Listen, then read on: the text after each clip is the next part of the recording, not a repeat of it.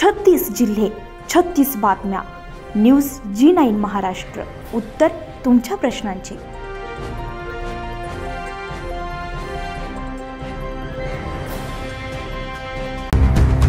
गंगापूर तालुक्यातील पाचवीवाडी येथील मार्कंडे नदीवर असलेल्या पाझर तलावाच्या मध्यम प्रकल्पाच्या भिंतीवर मोठ्या प्रमाणात मोठमोठ्या वृक्षांची वाढ झाल्यामुळे या झाडामुळे भिंतीला धोका निर्माण होऊ शकतोय. पाचवीवाडी येथील पाझर तलाव यावर्षी 100% भरला असून गावाच्या पिण्याच्या पाण्याचा प्रश्न मिटणारे आणि शेतकऱ्यांनाही शेतीसाठी फायदा होणार आहे. या प्रकल्पाची नियमित देखभाल करण्याची आवश्यकता असताना या विभागाचे शाखा अभियंत्यांकडे इकडे फिरकतच नसल्यानं प्रकल्पाच्या सुरक्षेवर प्रश्नचिन्ह निर्माण झाला आहे. पाचवीवाडीसह परिसरामध्ये असलेले पाझर तलाव आणि मध्यम प्रकल्प रायपूर, देरहळ, पिंपळगाव, डोणगाव, पाडळसा, बाबुळगाव, खडकनारळ, वरझडी यांच्यासह परिसरात असणाऱ्या सर्वच पाझर तलावाची झाडाझुडपांमुळे बिकट अवस्था झाल्याचं दिसून येत आहे. सप्टेंबर महिन्याच्या सुरुवातीला या प्रकल्पाच्या पाणलोट क्षेत्रामध्ये सलग 2 दिवस मुसळधार पाऊस झाल्यानं हा प्रकल्प पूर्ण क्षमतेनं 100% भरला आहे.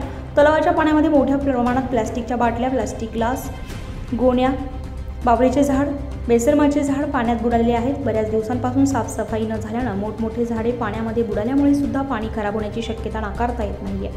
या सर्व बाबींकडे संबंधित विभागानं लक्ष देऊन साफसफाई करावी अशी मागणी आता नागरिकांमधून होते.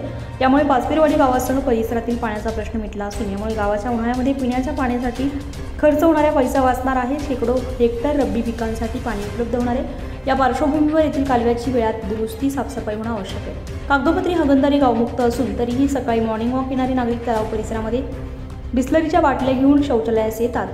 त्या बाटल्या तिथे सोडून देतात. यामुळे परिसरामध्ये अस्वच्छता पसरते.